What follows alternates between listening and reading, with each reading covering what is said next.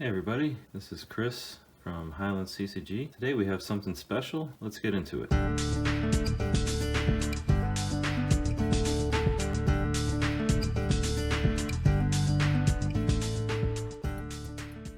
Hey everybody, this is Chris. Today we're going to go through my red binder, and I have a bunch of stuff here.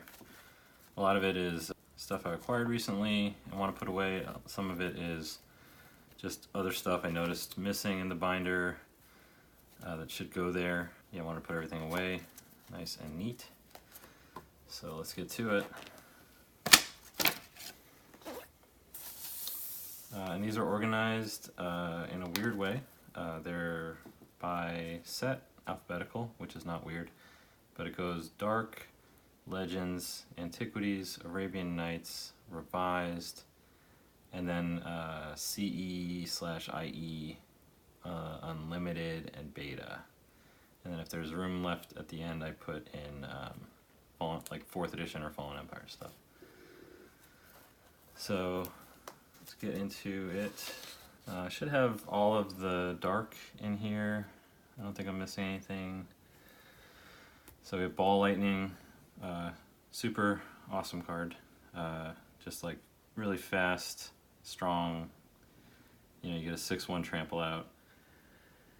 It does only last one turn, but it can be super devastating. You put some like, you put a Berserk on it, or you put it like a Bloodlust or something, and it just like destruction, man. And it's got trample, so. And of course the iconic Blood Moon, which I think was the big card for a long time in the Dark. I think now it's Goblin Wizard. Very iconic, very useful. All non-basic lands are now mountains. Devastating against somebody using dual lands, workshops, bazaar, library, you know, Maze of Ith. Like there's a lot of heavy duty non-dual lands. Strip mine, can't use your strip mines. So factories, yeah. It's a pretty long list of stuff that this can screw up. So people are well aware of it and try to, whenever possible, have an answer. Yeah, Fisher, really great removal card. Land or creature is buried. It's expensive to bring out, right? But it can be worth it for sure. There's a bunch of goblin stuff in here. There's the Goblin Wizard. That's like, I think, the new big boy on the block for the Dark. Yeah, pretty cool card. It's a 2 red, 2 other, 1/1, tap to take a goblin from your hand and put it directly into play. 1 red, target goblin gains protection from white until end of turn, which is cool.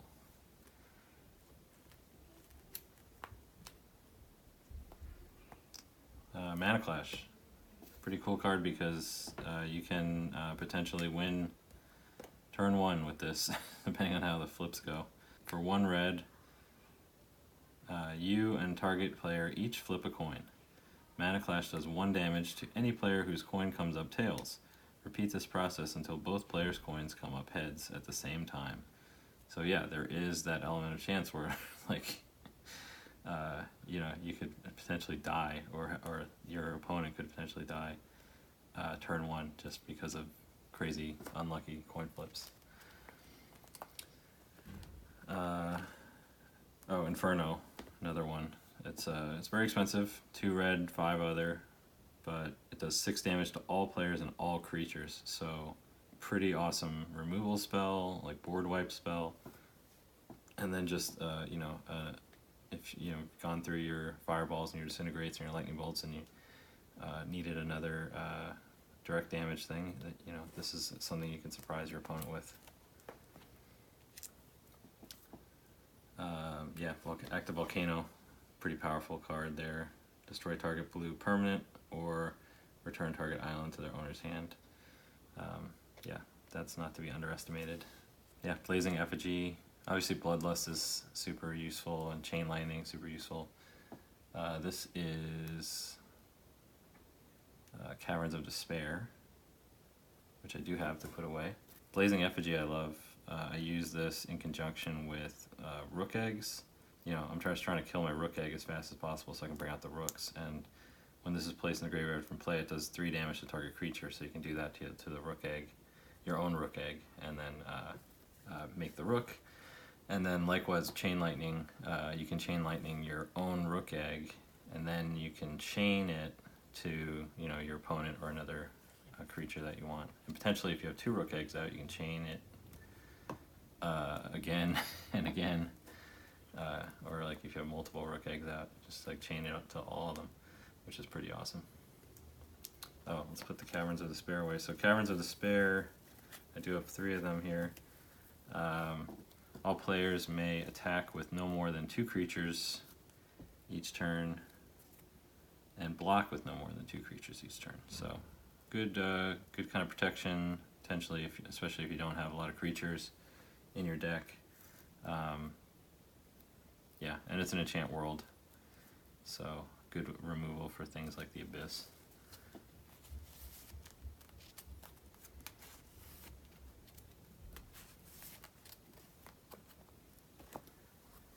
And then over here we have the Crimson Kobolds. I have a pretty fun Kobold deck where they basically, with Ashnod's Altar, they basically just power huge spells like Rock Hydras and Disintegrates and that kind of thing. The Crookshank Kobolds go there. They're probably in that deck. And then we have Disharmony. I do have 2 Disharmonies here to finish that out.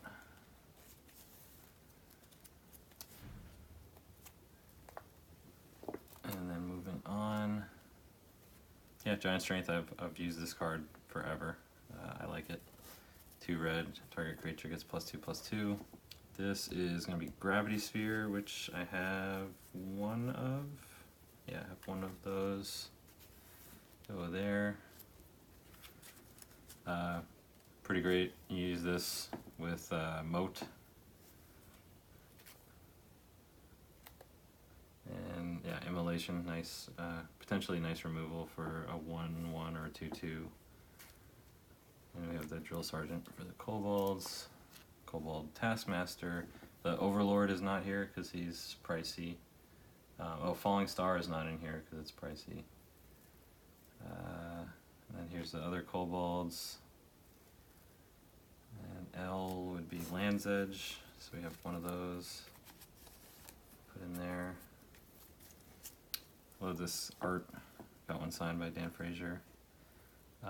Pyrotechnics, huge card in certain instances.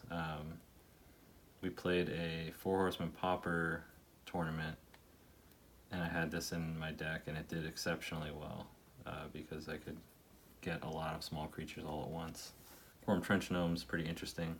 So, like, yeah, the ability to turn a plains into a colorless, and it's a permanent effect, is pretty awesome.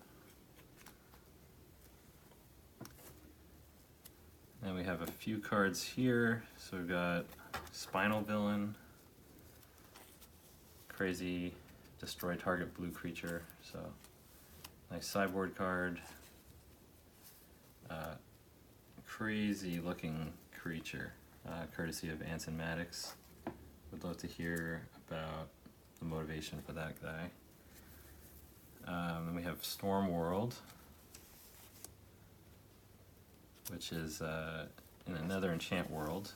If any player has less than 4 cards in their hand at the end of their upkeep, Storm World does 1 damage to that player for each card less than 4. So pretty nice. You put that in with you know, a discardy type deck. Put some racks in there. Pretty sweet. Tempest of Freet. It's an anti-card. It's got a lot of text. I'm not going to read it, but you can check it out if you want to. Then we have some walls here, and we have 1 wall missing, which is the Wall of Opposition, so I have 3 of those here.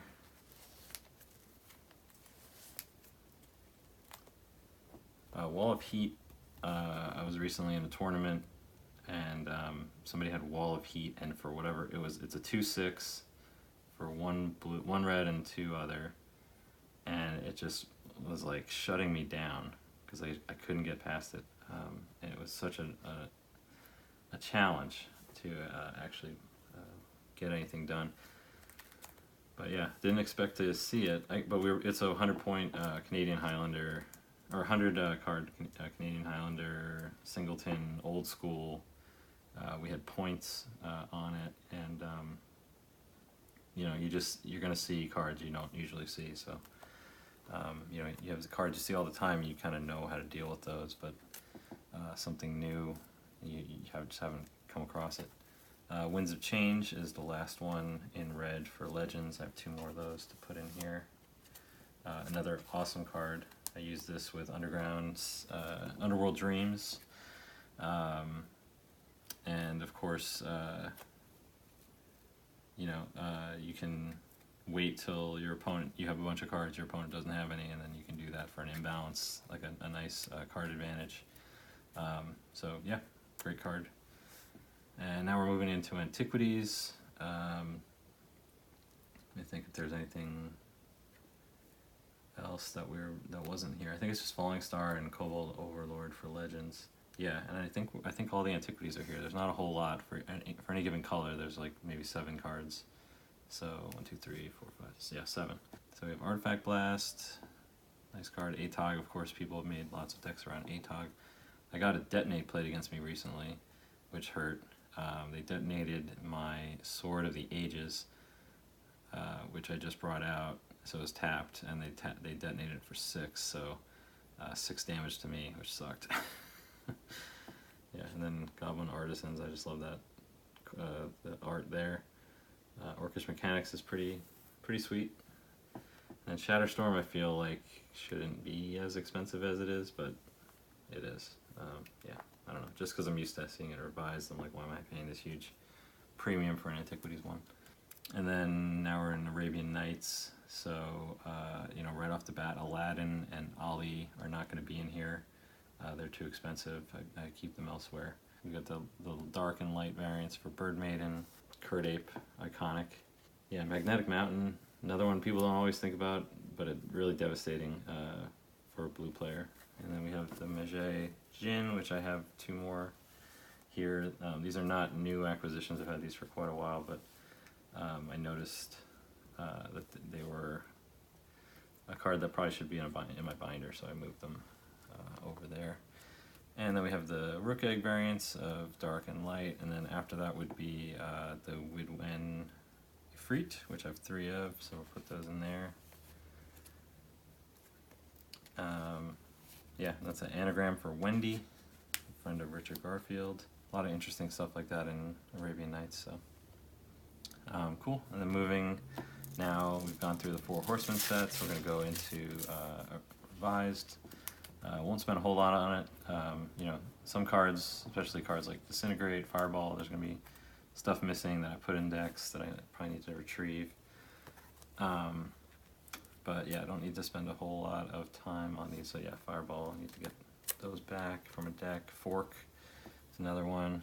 A big revised card, had some serious movement in, I think it's 21. The revised had its day in the sun. And this would be KL Lightning Bolt.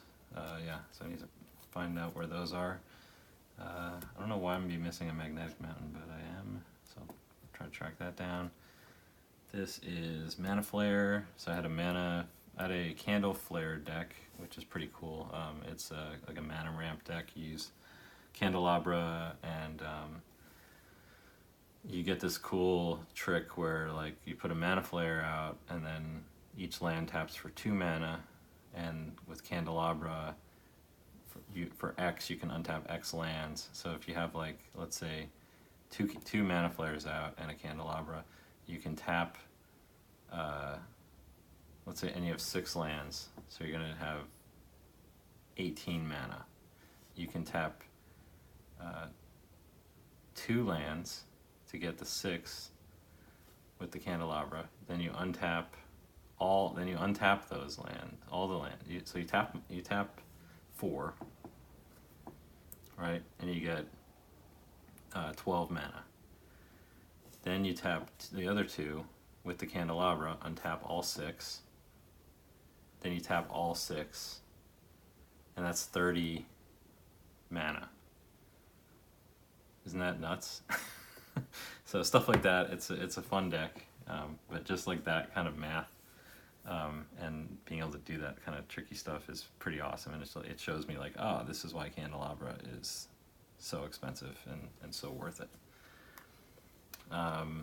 Yeah, not much else to say. Rock Hydra, my first rare. I don't remember what the other one was, but this was in my first starter deck. I thought it was the coolest card ever, and then I wasn't able to make it work for a long time, and then now, you know, knowing all the tricks with the mana accelerants, I can make it pretty awesome and bring out like a 30-headed Hydra and stuff like that. So yeah, it's a lot of fun. Shivan Dragon, the most iconic card when I was a kid. Very hard to get. It was very expensive on in like the stores. Everybody wanted one. Eventually, you know, got a few, and yeah, it wasn't ever my favorite. My favorite was Vesuvan Doppelganger, but my real favorite was Mahamoti Jin. But like of the iconic ones, like Force of Nature, Shivan Dragon, Doppelganger, like Doppelganger would have been my favorite, followed by Royal Assassin. But yeah, this is, you know, it was on the manual that I grew up reading. It's one of the big faces of Magic, so very cool to see that, and gotta find out where that other one is. Yeah, and then that's red, and that's a revised, and then we just have a kind of a hodgepodge of CE stuff that I want to use in decks or I bought for that purpose. So and then some unlimited, and I do have 3 betas here, so I have 2 beta Disintegrates, 1 beta Fireball. Some 4th edition stuff like Land's Edge and Winds of Change, they reprint, and Ball Lightning they reprinted, so it's great to have those available at like pretty cheap price. Use those for decks, and then here's some Fallen Empire stuff, and that's it. So yeah, just great to kind of walk through this, see all the progress. Holy moly, all the progress I've made. It's been a very busy several years doing this. It's been a lot of fun. It was nice to have something to focus on in the pandemic. It was nice to just finally have access to these cards that some of them I had never seen before, some of them I'd never held before, and now, you know, I own these things, and you know, I get it on the surface. I mean, if you're not watching this, if you don't like Magic, I would assume. But it's just like, man, like 3 Blood Winds right here is really cool. 3 Ball Lightnings, like really cool. So yeah, I'm still blown away by all this stuff, and I love looking at it. And you know, I've said before, it's important to, as a collector, to stop for a second, stop obsessing over the next thing that you are going to get, and just like look at what you have, enjoy what you have. That's another thing I do if I'm trying to save money, like I'm probably to buy a card, but if I'm trying to like save up money and like not go out and spend a bunch or buy a bunch of stuff, I just like look around. I'm like, okay, is there a book here or a video game or a comic book that I could spend time on that I already own that would bring me enjoyment? And you know, doing that, you can also save a bunch of money. So just a little frugality tip there. You probably have some really cool stuff that you haven't read or haven't played or you haven't done in a while, and it would be fun to revisit. So I would consider that, especially if you're trying to save up for something and you need like that extra discipline and a distraction from obsessing over it. That's something that I like to do. So yeah, another fun video. I love looking at this stuff. So appreciate you joining me. Hope you enjoyed it too. And yeah, hope you have a great rest of your day. And I'll talk to you soon. Bye.